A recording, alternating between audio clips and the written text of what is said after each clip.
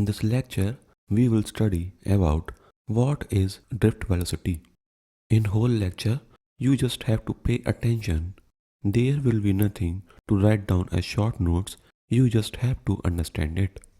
Suppose we have a semiconductor crystal with atoms arranged like this, and a free electron is present at the extreme left end. An external battery is also applied such that an electric field is present inside the semiconductor crystal in the direction from right to left.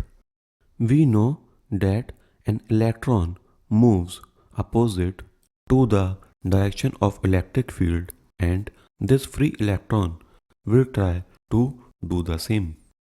But as it moves towards an atom, the electrons present in the outer shells of the atoms repel the free electrons, changing its course of direction.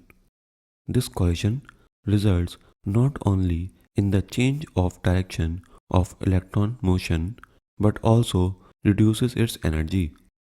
However, the net movement of electron is in the opposite direction of electric field.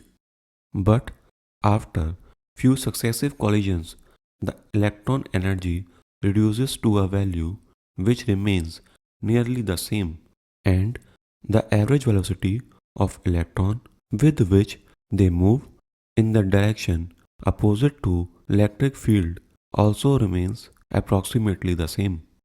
We will observe the same phenomena when there are so many electrons present inside a semiconductor.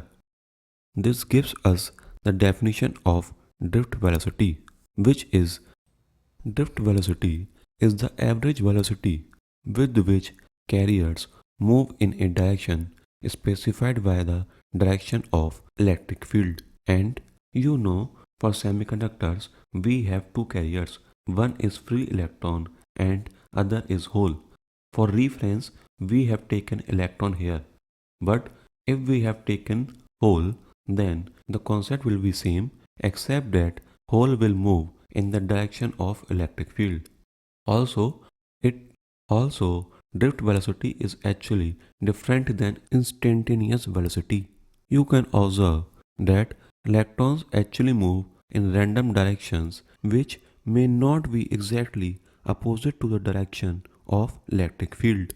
However, the net movement is always opposite to the direction of electric field.